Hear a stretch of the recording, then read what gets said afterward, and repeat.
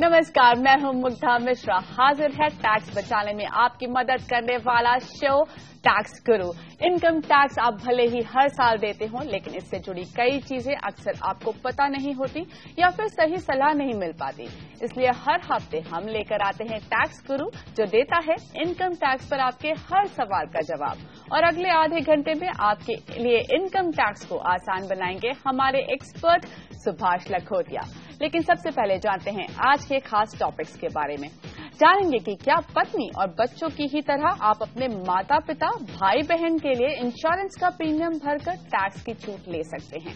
Joint property बेचकर हुए capital gain का निवेश कैसे करें, और सुलझाएंगे एक दर्शक की उलझन कि यूलिप की मैच्योरिटी पर मिलने वाली रकम पर टैक्स लगता है या नहीं।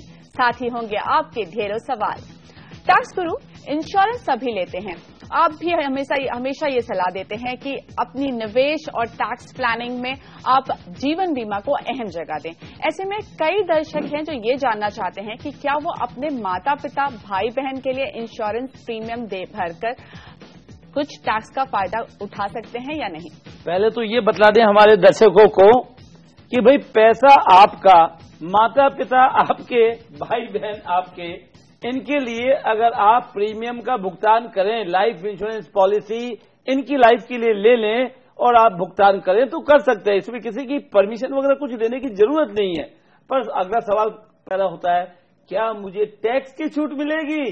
जी नहीं, बिल्कुल बिल्कुल नहीं मिलेगी। आयकर की धारा 80C के तहत केवल स्वयं, पत्नी और बच्चे और फिर फुल स्टॉप, केवल इन्हीं के लिए छूट मिलेगी। वो माता पिता, भाई बहन इनका प्रीमियम देना चाहे तो दे दो बिना टैक्स छूट लिए, ये बात ध्यान रखना है केवल। ओके, तो बेसिकली नेकी कर और दरिया में डाल।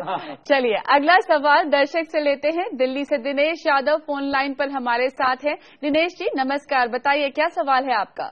नमस्कार सर। नमस्ते जी दिनेश जी। सर मेरा सवाल है, मैं अपने पिता के घर पे रहता हूँ और HR लेता हूँ। अभी मैंने एक रेडी टू मूव फ्लैट लिया है जो कि रेंट पे दे दिया है। अब जो फ्लैट है उसके लिए लोन में भी मेरी वाइफ शेयर है और फ्लैट भी शेयर पर है। ठीक है, तो क्या मैं कंप्लीट इंटरेस्ट की रिबेट ले सकता हूँ, क्योंकि फ्लैट रेंट पे है और सारी की सारी EMI मेरे अकाउंट से जाती है, या फिर मेरे लिए 2 लाख की लिमिट लागू होगी? और अगर रेंट आता है सर, जो रेंट आता है वो किसकी इनकम में शामिल होगा? आपके 2-3 सवाल सब मिक्सचर खिचड़ी बना के सवाल पूछ रहे हैं आप, पर खैर जवाब हम तो दे ही देंगे आपको। पहला सवाल है, आप और आपकी पत्नी दोनों को ओनर्स हैं इस मकान के, और पैसा पूरा का पूरा EMI का पेमेंट जो करना है वो केवल आप अकेले कर रहे हैं।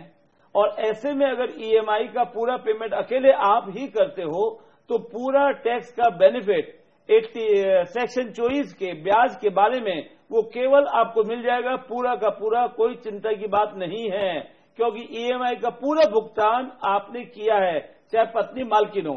अब अगला सवाल आता है, अब आपकी इच्छा और बढ़ गई। क्या इच्छा हो गई आपकी कि इस फ्लैट को किराए पे दे दूं? EMI का बेनिफिट तो आप ले लें और किराए की आमदनी पत्नी के नाम में कर दें। ऐसा मुमकिन नहीं है भैया, क्योंकि जो मालिक है उसी को ही रेंटल इनकम मिलेगी। इसलिए अगर आप और आपकी पत्नी दोनों प्रॉपर्टी के मालिक हैं तो बेस्ट यही होगा कि दोनों जने अपना अपना EMI का पेमेंट करें, और फिर मकान जब किराए पे लग जाए तो किराए की आमदनी को पति और पत्नी दोनों के बीच में बांट लें और दोनों अलग अलग टैक्स दें, और 30% स्टैंडर्ड डिडक्शन का जो छूट मिलता है वो भी ले लें, और ब्याज की भी छूट दोनों जने ले लें, proportion to your ownership in the property. पर करना उसके लिए एक ही काम होगा सबसे जरूरी, और वो काम है पति और पत्नी को दोनों को EMI का पेमेंट करना पड़ेगा। ओके, अगला सवाल लेते हैं। पवन डागा जी का सवाल है। पवन जानना चाहते हैं कि क्या माता पिता अपनी बेटी को गिफ्ट दे सकते हैं? क्या बेटी अपने माता पिता को गिफ्ट दे सकती है? दरअसल उनके CA ने उन्हें गिफ्ट नहीं करने की सलाह दी है। ऐसे में पवन थोड़ा कंफ्यूज हो चुके हैं, जानना चाहते हैं कि क्या ठीक होगा। कंफ्यूज का कोई काम नहीं, यहाँ बिल्कुल चुस्त रही है, क्योंकि आप चाहते हैं कि अपनी बेटी को गिफ्ट दे दें। आप और आपकी पत्नी चाहते हैं बेटी को गिफ्ट दे दें, दे दो, जितना चाहो दे दो, साल में जितनी बार देना चाहो वो भी दे दो, कोई ओकेजन नहीं हो तो भी दे दो, किसी प्रकार की चिंता नहीं है। चाहे इमूवेबल प्रॉपर्टी दो या मूवेबल एसेट दो, जो इच्छा है जितना चाहते हो आप उतना गिफ्ट अपनी बेटी को दे सकते हैं। अगला सवाल आपने पूछा कि क्या बेटी आपको गिफ्ट दे सकती है, अर्थात माता को या पिता को? बिल्कुल दे सकती है। बेटी अपने पैसे से अपने माताजी को, अपने पिताजी को जितना चाहे गिफ्ट दे सकती है। पर आपकी बात में कुछ चालाकी तो नहीं है, ये जरा देख ले हम। आप अगर ऐसा चाहते हो कि आपने अपनी बेटी को मान लीजिए 10 लाख रुपए गिफ्ट दे दिया, बिल्कुल ठीक है। अब बेटी ने उस 10 लाख में से 8 लाख रुपए अपनी मम्मी को गिफ्ट दे दिया, वो नहीं चलेगा भैया, क्योंकि वो गलत होगा, वो direct indirect transfer to your spouse हो जाएगा। इसलिए वो मत करो, अदरवाइज सब करो, अर्थात आप बेटे को गिफ्ट दो, बेटे से आप गिफ्ट लो, कोई चिंता नहीं है। अगला सवाल लेते हैं। सिब्रत दास का सवाल है, उनकी सालाना इनकम 6.5 लाख की है। उन्होंने 55,000 रुपए इंश्योरेंस में लगाए हैं। सेक्शन 80C की पूरी छूट लेने के लिए वो निवेश पर सलाह चाहते हैं। हालांकि वो पीपीएफ के बारे में सोच रहे हैं, लेकिन 15 साल की लॉक इन पीरियड से ये थोड़ा परेशान है, क्या करें? बेहतर ये होगा भैया, परेशान थोड़े हो जाओ, कोई बात नहीं, तो 15 साल बाद बड़े मस्त रहोगे, हंसोगे, चुस्त रहोगे। थोड़ा अमाउंट कम से कम पीपीएफ में जरूर डालो, बल्कि मैं तो चाहता हूं कि थोड़ा पैसा मेरा लटक जाए, अटक जाए पीपीएफ में 15 साल के लिए, तो वेस्ट तो कर ही नहीं पाऊंगा ना कोई भी हालत में। और थोड़ा पैसा ELSS में भी जरूर डालो, उसको निकाल तो सकते हो 3 साल बाद, पर बेहतर होगा अब चिपके रहें उससे भी, तो लॉन्ग पीरियड के लिए चिपके रहेंगे तो रिटर्न आपकी बेहतरीन होगी। तो ये सलाह है टैक्स गुरु की आपके सवाल पर। लेकिन यहाँ पर वक्त हो गया है एक ब्रेक का। ब्रेक के बाद जानेंगे कि एक होम लोन पूरा होने के बाद दूसरा होम लोन लेने पर टैक्स छूट का फायदा मिलेगा। कैसे बचा सकते हैं आप अपना टैक्स, समझेंगे इस ब्रेक के बाद।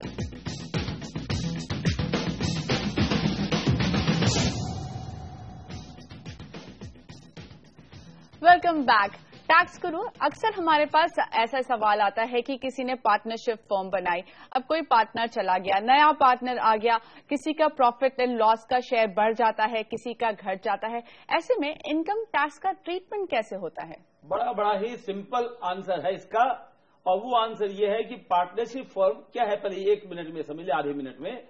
2 या 2 से ज्यादा व्यक्ति मिलके बिजनेस या प्रोफेशन करना चाहते हैं, पार्टनरशिप डीड लिख लेते हैं, फर्म का नाम बना लेते हैं, प्रॉफिट एंड लॉस शेयरिंग के रेशो आपस में तय कर लेते हैं। अब सवाल ये उठता है, आने वाले समय में अगर कोई नया पार्टनर आए या एग्जिस्टिंग पार्टनर में से कोई निकलना चाहे, वो निकल के चले जाए छोड़ के, या कोई प्रॉफिट एंड लॉस आपस में कम या ज्यादा करना चाहे, तो ऐसे में इनकम टैक्स कानून में क्या देनदारी होगी, किसकी देनदारी होगी, किस पे टैक्स लगेगा, ये है मुद्दे। पर आंसर बड़ा ही है, एक ही आंसर है सभी के लिए, किसी पे किसी प्रकार का टैक्स नहीं लगेगा। कहने का मतलब है, अगर आपकी पार्टनरशिप फर्म है और पार्टनर्स हैं, कोई पार्टनर निकलना चाह रहे हैं, कोई आना चाह रहे हैं, मेरा हिस्सा पहले 50% था पर मैं टाइम ज्यादा नहीं दे पाता, मेरा हिस्सा हो गया 20% केवल, 2 नए पार्टनर आ गए, एक और पार्टनर का ज्यादा हो गया हिस्सा, एक का कम हो गया तो होने दो। किसी प्रकार की देनदारी इनकम टैक्स की किसी के ऊपर नहीं होगी। पर्टिकुलरली अगर एक पार्टनर छोड़ कर चले जाता है, फर्म अपना कैपिटल अकाउंट में जितना बैलेंस लिखा हुआ है वो लेके चले जाता है, किसी प्रकार का टेंशन नहीं, टैक्स नहीं किसी को भी। ओके, चलिए अगला सवाल लेते हैं। दिल्ली से प्रवीण आहूजा का सवाल है, हमारे साथ फोन लाइन पे मौजूद हैं और टैक्स गुरु की सलाह चाहते हैं। बताइए प्रवीण, क्या सवाल है आपका? नमस्कार लकोटिया साहब। नमस्ते जी प्रवीण जी। ये सर, हमारा एक प्रॉपर्टी सेल किया है, तो उसमें आफ्टर कॉस्ट इन्फ्लेशन इंडेक्स को एडजस्ट करने के बाद 1 करोड़ का कैपिटल गेन बैठता है। वाह, 1 करोड़ का कैपिटल गेन हो गया, वाह। हाँ जी, वो 2 भाइयों के नाम है। हाँ। तो उसके अंदर जो ये कैपिटल गेन का 50 लाख का लिमिट है, ईच ब्रदर कैन क्लेम के, जैसे हमको एक ब्रदर को 50-50 लाख का वो कैपिटल गेन हो रहा है। हाँ। तो ईच ब्रदर कैन क्लेम के 25-25 लाख रुपए मिलेगा। मेरे ख्याल से आपका उत्तर दे देंगे तब आपकी स्पीड, आवाज की स्पीड बढ़ जाएगी। लीजिए उत्तर, पहले तो समझ लीजिए, आपको हम बधाई देना चाहेंगे कि आपको 1 करोड़ रुपए का लॉन्ग टर्म कैपिटल गेन हो गया दोनों भाइयों के बीच में, तो एक एक भाई का 50-50 लाख रुपए टेक्निकली अलग अलग पृथक रूप से कैपिटल गेन्स टैक्स लगेगा उस पर। अब उसको बचाने के लिए एक भाई 50 लाख के गेन के अगेंस्ट में 50 लाख रुपए निवेश कर देता है कैपिटल गेन बॉन्ड्स में, और दूसरा भाई भी अपने 50 लाख पे टैक्स बचाने के लिए वो अलग से निवेश कर देता है अपने नाम में कैपिटल गेन बॉन्ड्स में। कहने का मतलब है दोनों भाइयों ने अलग अलग 50-50 लाख रुपए का निवेश कर दिया कैपिटल गेन बॉन्ड में, और दोनों को ही छूट मिलेगी। यह है फायदे की बात। ऐसा नहीं है कि टोटल 50 लाख के डब्बे में से दोनों 25-25 बांट लो, ऐसा नहीं है भैया। टैक्स का बेनिफिट हर एक टैक्स पेयर के लिए है, न कि एक प्रॉपर्टी के लिए 50 लाख। कहने का मतलब हो गया एक प्रॉपर्टी 2 मालिक, 3 मालिक, 4 मालिक, कितने भी मालिक हों, सबको अलग अलग 50-50 लाख रुपए तक निवेश इन कैपिटल गेन बॉन्ड्स में करने की छूट है, और टैक्स बचाने की लीगली छूट है ये। ओके, तो जितनी जिसकी प्रॉपर्टी उतना उसको टैक्स की देनदारी। चलिए चलते हैं आगे, सवाल लेते हैं। चंदन बसक का सवाल है। चंदन ने होम लोन के ब्याज और साथ में रीपेमेंट पर छूट ली है, लेकिन लोन जनवरी 2015 में खत्म हो जाएगा। चंदन अब दूसरा घर खरीदने के लिए सोच रहे हैं, दूसरा लोन लेना चाहते हैं। क्या वो दूसरे घर के लोन पर भी छूट का फायदा उठा सकते हैं? बहुत बढ़िया, बधाई आपको, नया मकान ले लीजिए। पर आपका सवाल है कि क्या सेकंड मकान पे फिर वापस ब्याज की छूट मिलेगी? नहीं भैया नहीं। सेकंड मकान के ऊपर टैक्स की छूट ब्याज के रूप में मिलेगी, किंतु हमारी बात माननी पड़ेगी आपको, तभी मिलेगी, नहीं तो नहीं मिलेगी। और वो क्या बात है? सेकंड मकान बनाओ, लोन लो, ब्याज का भुगतान करो, ब्याज की छूट मिलेगी अगर आपने ये सेकंड मकान किराए पे दे दिया है। कहने का सीधा सीधा मतलब ये है, अगर सेकंड हाउस प्रॉपर्टी किराए पे लगा दी आपने, तो किराए के अगेंस्ट में पूरा का पूरा ब्याज, जितना भी ब्याज मैं देता हूं साल भर में, कोई लिमिट नहीं है 2 लाख रुपए के, 2 हो, 3 हो, 5 हो, कुछ भी हो, पूरा ब्याज आपको डिडक्शन मिल दिलाएगा from rental income second house पे। गाजियाबाद से अभिनव गोयल हमारे साथ फोन लाइन पे जुड़ रहे हैं। नमस्कार अभिनव, बताइए क्या सवाल है आपका? मेरा सवाल ये है कि मैं एक फॉर्म से जुड़ा हुआ था और फॉर्म 16 के अंदर मेरी 1 महीने की सैलरी शो हो रही है, बट फुल एंड फाइनल के अंदर कुछ डिस्क्रिपेंसी है और मुझे वो सैलरी क्रेडिट नहीं हुई अकाउंट में। अच्छा जी। जिसके कारण मुझे टैक्स देना पड़ रहा है, तो इस केस में मैं क्या करूँ? समझ गए आप कहना चाहते हैं पूरे फाइनेंशियल ईयर में 1 महीने की तनख्वाह तो मिली नहीं और टैक्स काट लिया हमारे एम्प्लॉयर ने। बिल्कुल सही किया है, क्योंकि आयकर कानून के अंदर नियम ये है, salary is tax when due whether paid और नॉट, अर्थात पैसे आपको नहीं मिले पर ड्यू हो गई तो भी सैलरी पे टैक्स लगेगा ही लगेगा। आपके एम्प्लॉयर ने ठीक काटा है टैक्स, आप भी क्रेडिट उसका लीजिए, उसको इनकम में दिखलाइए और टैक्स का बेनिफिट जो टीडीएस कट गया उसका ले लीजिए। पैसे चाहे आपको फरवरी के या मार्च के बाद अप्रैल में या मई में मिले, उससे कोई मतलब नहीं है, आपको टैक्स देना पड़ेगा क्योंकि सैलरी उस महीने की ड्यू हो गई है। ओके, चलिए यहाँ पर वक्त हो गया है एक ब्रेक का, लेकिन ब्रेक के बाद जानेंगे कि क्या है क्रॉस गिफ्ट का कॉन्सेप्ट और साथ ही इसको लेकर टैक्स के नियम क्या कहते हैं। इस छोटे से ब्रेक के बाद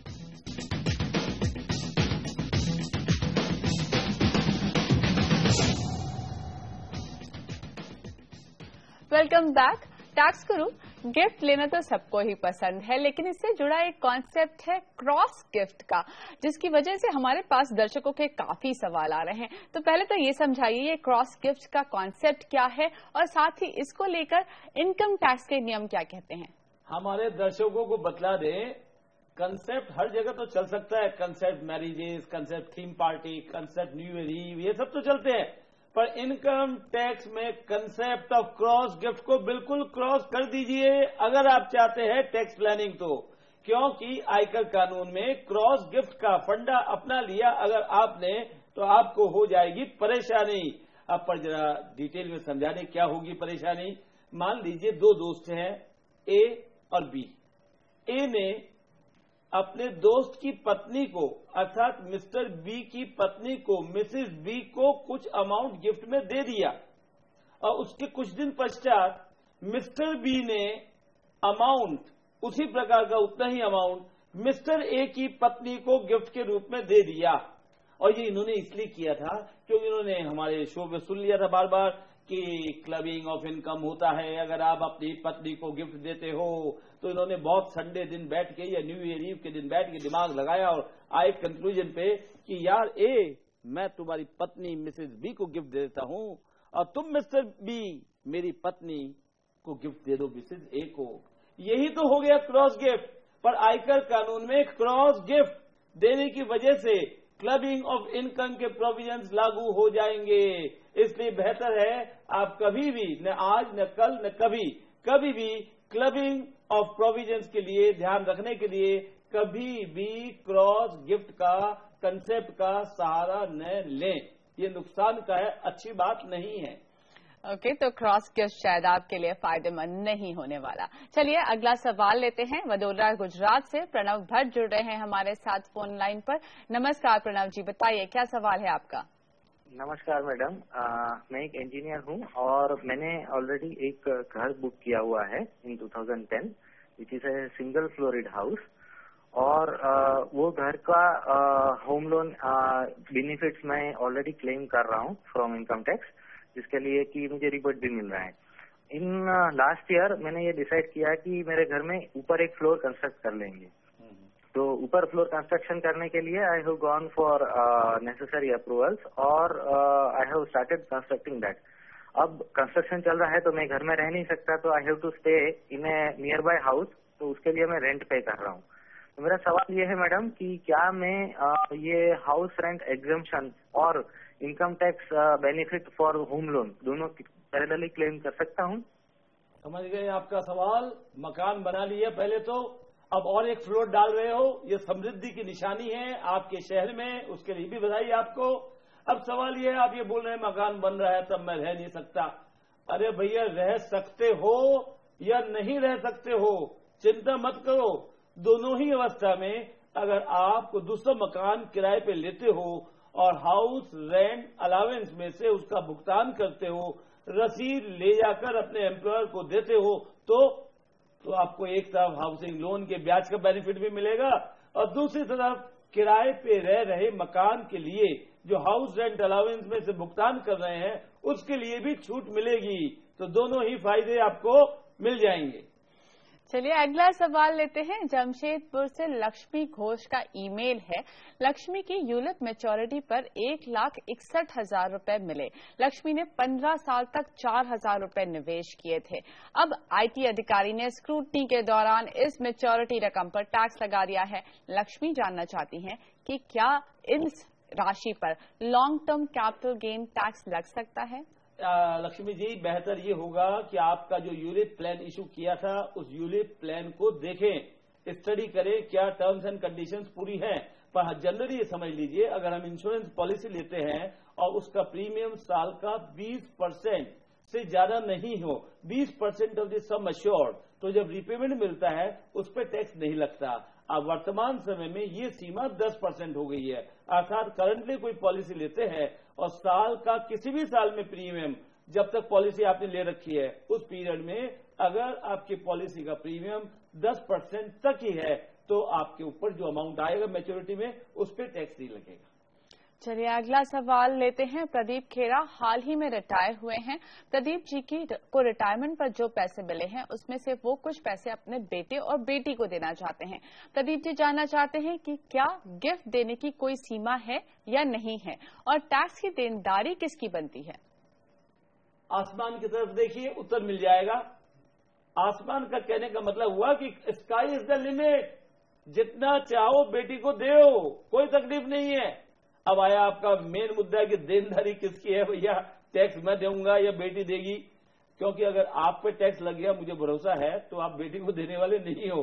पर चिंता न करो, न आपको टैक्स 1 रुपए का न बेटी को टैक्स 1 रुपए का। इसलिए इच्छा केवल आपकी इच्छा शक्ति चाहिए कि टोटल अमाउंट, काफी बड़ा मोटा पैसा मिला है मुझे मालूम है रिटायरमेंट के समय में, और ये वन टाइम इतना बड़ा पैसा पहली बार शायद आप लोग देख रहे होंगे, तो जितना चाहें बेटी को दे दें, चिंता की बात नहीं, टैक्स की लायबिलिटी किसी पे भी नहीं। लखोटिया जी, बहुत बहुत धन्यवाद हमारे दर्शकों के सवालों के जवाब देने के लिए और टैक्स की उलझनें आसान करने के लिए। लेकिन आज के लिए बस इतना ही। आप अपने सवाल SMS से हमें भेज सकते हैं। बस TG लिखकर स्पेस दीजिए और अपना सवाल और नाम लिखकर 51818 पर SMS कर दीजिए।